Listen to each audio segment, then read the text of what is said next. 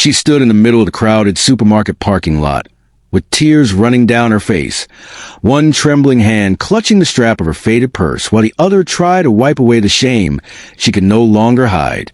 People walked past her without stopping. Cars rolled by. A cold afternoon wind lifted strands of her hair across her face, but she did not move. She looked like someone who had spent years carrying pain so heavy that her body no longer knew how to stand upright beneath it. And when the little girl beside the tall single father innocently asked why the sad lady was crying, the answer that woman gave would change all their lives forever. She looked at him with hollow eyes and whispered that she was not fit for any man.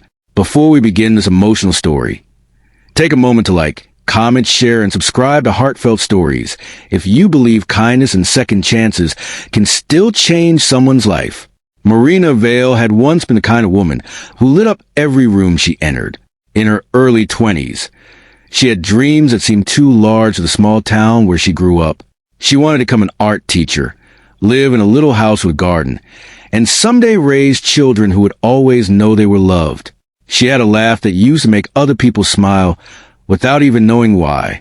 But life is a cruel way of taking bright things and slowly covering them in shadows. By the time Marina was 34 years old, she barely recognized herself anymore. She worked long hours at a small dry cleaning shop in the city, folding clothes that belonged to people who looked happier than she felt. She rented a tiny apartment above an old hardware store, where the pipes rattled all night and the windows let in freezing drafts during winter. Her reflection in the bathroom mirror showed tired eyes, pale skin, and shoulders bent beneath invisible weight. The truth was that Marina had not always been alone. Years earlier, she had fallen deeply in love with a man named Victor Rowan. He was charming in the beginning, the kind of man who knew exactly what to say to make a lonely heart feel seen. He bought her flowers when they first dated. He kissed her forehead and told her she was the only woman who had ever understood him. He promised her a future full of peace and safety. But promises could become chains when spoken by the wrong person. After they married, Victor changed slowly at first, then all at once. He criticized the way she dressed, the meals she cooked, the way she laughed too loudly, the way she spoke to strangers, the dreams she still carried in her heart. He told her she was too emotional, too difficult, too broken to deserve anyone better.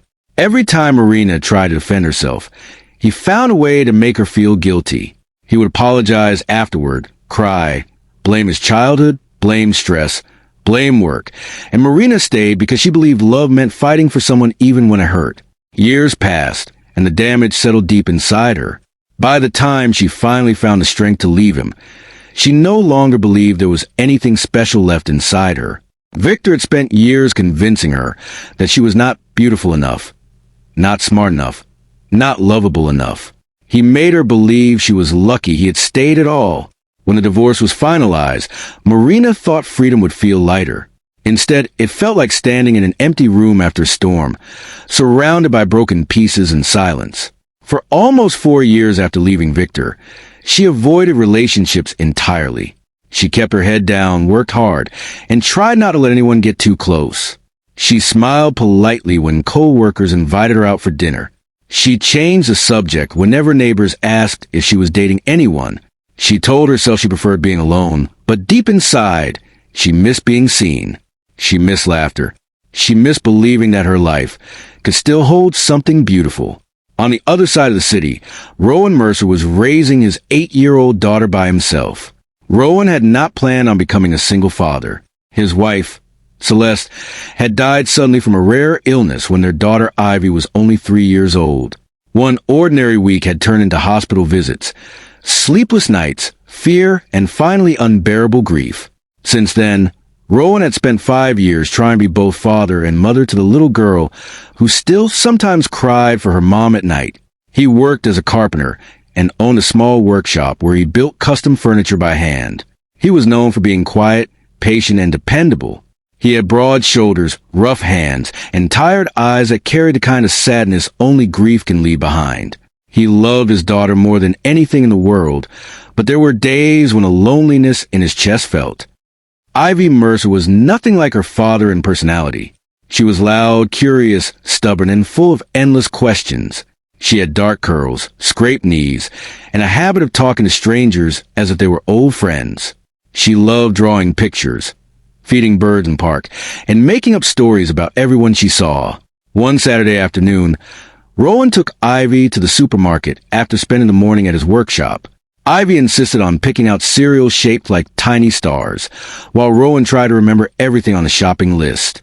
They were halfway through loading groceries into the truck when Ivy suddenly stopped moving. She pointed toward the far end of the parking lot. There, beside an old blue sedan with a flat tire, stood Marina. She was trying to lift a heavy bag of laundry supplies from the trunk of her car, but the bag split open and bottles rolled across the pavement. One bottle cracked.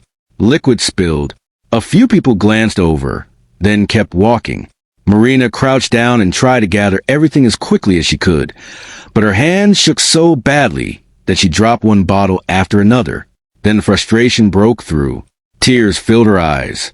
She covered her face with one hand as if she were ashamed of being seen. Before Rowan could stop her, Ivy ran toward the woman. Marina looked up in surprise when the little girl crouched beside her and started helping gather the bottles. Ivy did not seem to notice Marina's tears. She simply smiled and handed her one of the bottles. Rowan quickly followed, apologizing for his daughter's boldness. But Marina shook her head and tried to smile. The wind was cold, and Marina's cheeks were red from crying. Rowan noticed how hard she was trying not to fall apart in front of strangers. Then Ivy asked a question that made everything stop. She looked up at Marina with wide eyes and asked why she looked so sad. Marina stared down at the broken bottle in her hands for a long moment before giving a bitter little laugh. She said she guessed she was just one of those women who was not fit for any man. The words came out softly, but Rowan felt them hit something deep inside him. He saw the embarrassment on her face immediately after saying it. He saw the way she looked away, as if she regretted letting strangers hear something so personal. Then Rowan did something Marina never expected.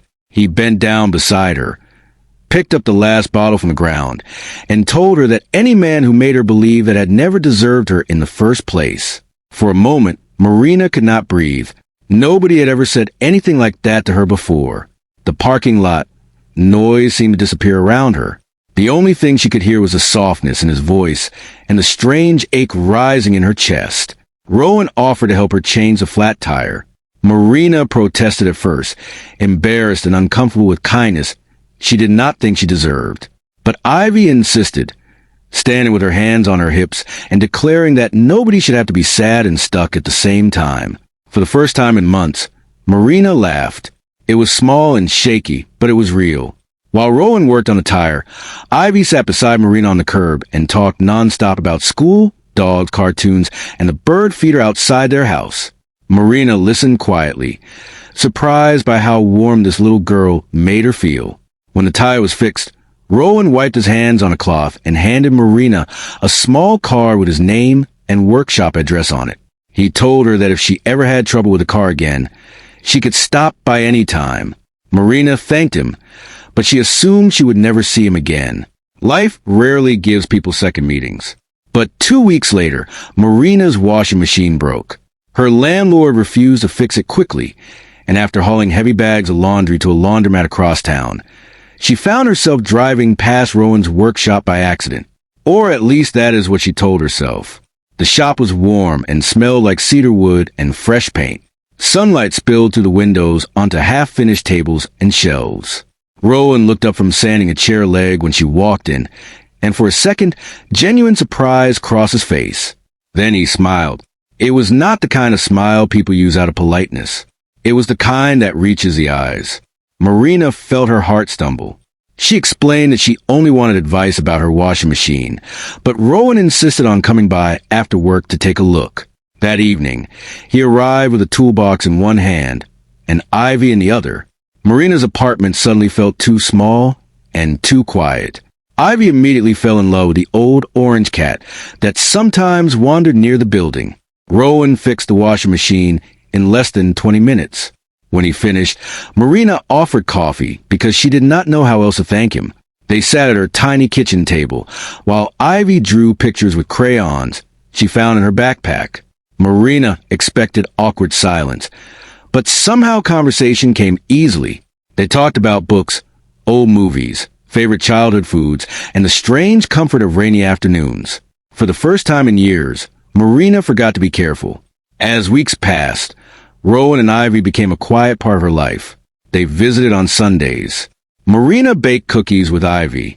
Rowan repaired a broken shelf in her apartment and pretended not to notice when she stared at him while he worked.